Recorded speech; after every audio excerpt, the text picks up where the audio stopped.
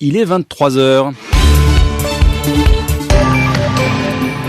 France Info, 23h. Merci de votre fidélité. Le journal Armand Perologa. Bonsoir. Et un premier trophée cette saison pour le Paris Saint-Germain. Les Parisiens viennent de remporter la Coupe de la Ligue. Victoire 4-0 face à Bastia. Le rapprochement entre les États-Unis et Cuba, après 56 ans d'antagonisme, les présidents des deux pays se sont rencontrés ce soir au sommet de Panama. Raúl Castro demande la levée de l'embargo américain contre Cuba. En France, le Parti socialiste prépare son congrès du mois de juin et acte les propositions des différents courants. 4 motions ont été déposées cet après-midi. Et puis, l'horreur dans un village alsacien. 3 enfants de 2 à 10 ans ont été tués ce midi, a priori par leur mère, alors que le couple se déchirait. France Info. Il n'y a donc pas eu beaucoup de suspense au Parc des Princes. Le Paris Saint-Germain l'a facilement emporté face à Bastia. Victoire 4-0 ce soir. Les Parisiens ont joué à 11 contre 10 pendant plus d'une heure. Ils remportent donc leur premier titre cette saison. La Coupe de la Ligue. Jacques Vendroux, vous avez suivi pour France Info cette rencontre et il n'y a pas photo. Il n'y a pas photo, comme vous dites. 4-0 en faveur du Paris Saint-Germain. Vous avez raison de signaler que c'est son premier titre de la saison 2014-2015. 2 buts marqués en première mi-temps. Le premier par Ibrahimovic sur penalty. Faute de Schillaci sur Lavezzi. Et à la sortie, c'est un penalty. Il se trouve que Schillaci, le défenseur, a été expulsé. À la 40e minute de jeu de cette première mi-temps, Ibrahimovic, un tir superbe à ras du poteau droit du gardien Bastier, met un deuxième but. À ce moment-là, l'équipe du Paris Saint-Germain mène 2-0 à 10 minutes de la fin. Laurent Blanc sort une nouvelle fois. Lavezzi fait rentrer Cavani. Cavani marque le premier but à 10 minutes de la fin et dans les arrêts de jeu met un deuxième but. Et ça permet donc au Paris Saint-Germain de l'emporter 4-0. Il n'y a rien à dire. Le Paris Saint-Germain a très bien préparé son quart de finale tant attendu de mercredi en Ligue des Champions contre l'équipe de Barcelone. Jacques Vendroux en direct du Stade de France.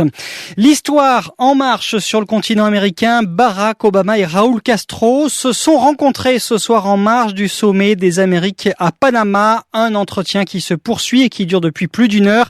Les deux dirigeants mettent donc un terme symbolique pour l'instant à presque 60 ans d'antagonisme entre les deux pays. Toute la journée, ils ont d'ailleurs mis en scène ce rapprochement avec ce matin une poignée de main historique devant les caméras, puis des déclarations fortes. Voici un extrait du discours de Barack Obama. Nous sommes réunis à un moment historique. Tout le monde le sait, le changement que j'ai annoncé de la politique des États-Unis vis-à-vis de Cuba marque le début de nouvelles relations entre les peuples américains et cubains. Cela voudra dire plus d'Américains voyageant vers Cuba, plus d'échanges commerciaux, plus d'investissements et surtout plus d'opportunités et de moyens pour le peuple cubain. Nous espérons pouvoir aider sur le plan humanitaire, fournir un meilleur accès à Internet et un accès libre à l'information. Et je veux être très clair. Quand nous parlons de quelque chose comme les droits de l'homme, ce n'est pas parce que nous pensons être parfaits, c'est parce que nous pensons que l'idée d'envoyer une personne en prison parce qu'elle n'est pas d'accord avec vous n'est juste pas une bonne idée. Barack Obama, traduit par Frédéric Carbone, et sur cette question des droits de l'homme, Raúl Castro prévient Obama qu'il faudra être très patient. Le président cubain qui demande la fin de l'embargo américain sur Cuba. À 23h15 dans 10 minutes, nous rejoindrons Frédéric Carbone au Panama pour avoir plus de précisions sur ces entretiens entre les deux présidents. Au Yémen, un nouveau bilan après 15 jours de raids aériens menés par l'Arabie Saoudite et ses alliés. Plus de 500 rebelles chiites auraient été tués dans ces combats, chiffre donné ce soir par le ministère saoudien de la Défense. Il y a également des combats qui se déroulent au sol, notamment à Aden, dans le sud du Yémen. France Info.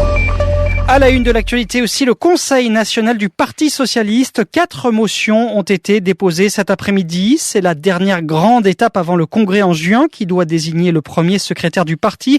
4 motions donc, dont celle du patron actuel du PS. C'est la favorite. Elle est soutenue par le gouvernement et par Martine Aubry qui s'est ralliée hier soir à cette motion alors que jusqu'à présent elle semblait proche des frondeurs. Anne Hidalgo, la maire de Paris, a aussi apporté son soutien aujourd'hui à Jean-Christophe Cambadélis, le premier secrétaire du PS. Je trouve que le rassemblement qui est en train de s'organiser autour d'une motion majoritaire dont le premier signataire est Jean-Christophe Cambadélis, c'est une bonne chose. En tous les cas, je m'inscrirai dans ce rassemblement, bien sûr. Vous savez, moi, mon positionnement au sein du Parti socialiste, je ne suis pas à l'aile gauche du Parti socialiste et je ne suis pas à l'aile droite, plus libérale sur le plan économique du Parti socialiste. Je suis une social-démocrate engagée dans le combat féministe, écologiste, et très très ouverte sur les questions de société, très libérale sur les questions de société, très européenne. Et donc, je pense que ce qui est en train de se dessiner aujourd'hui me convient.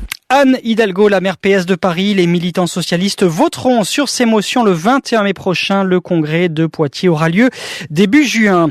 La politique toujours avec ce sondage sans appel pour Jean-Marie Le Pen. 91% des Français interrogés pensent qu'il devrait prendre sa retraite politique. Et au sein des sympathisants du Front National, ils sont 87% à penser la même chose. C'est une enquête Odoxa pour iTélé et Le Parisien.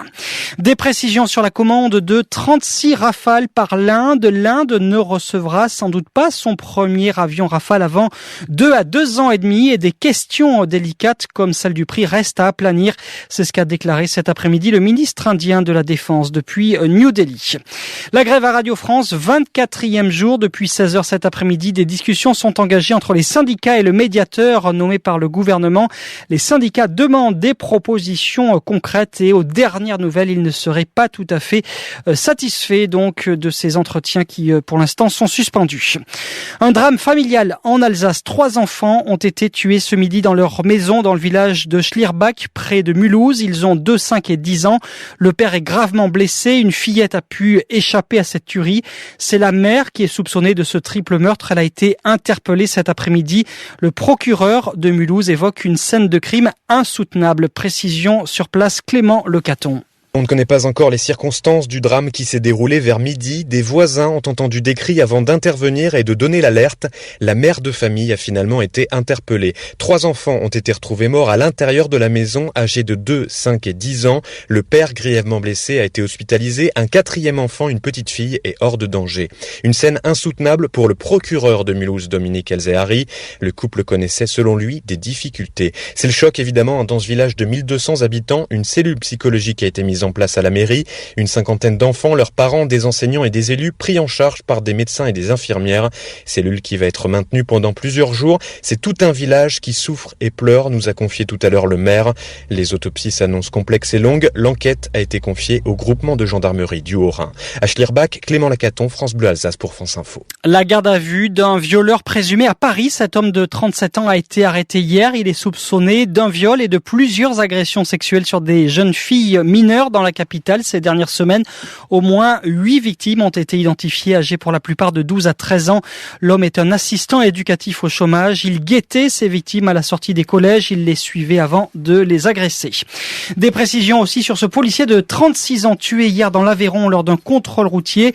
L'automobiliste qui l'a fauché était en fait sous l'emprise du cannabis. C'est ce que révèlent les analyses de sang pratiquées sur cet homme de 27 ans.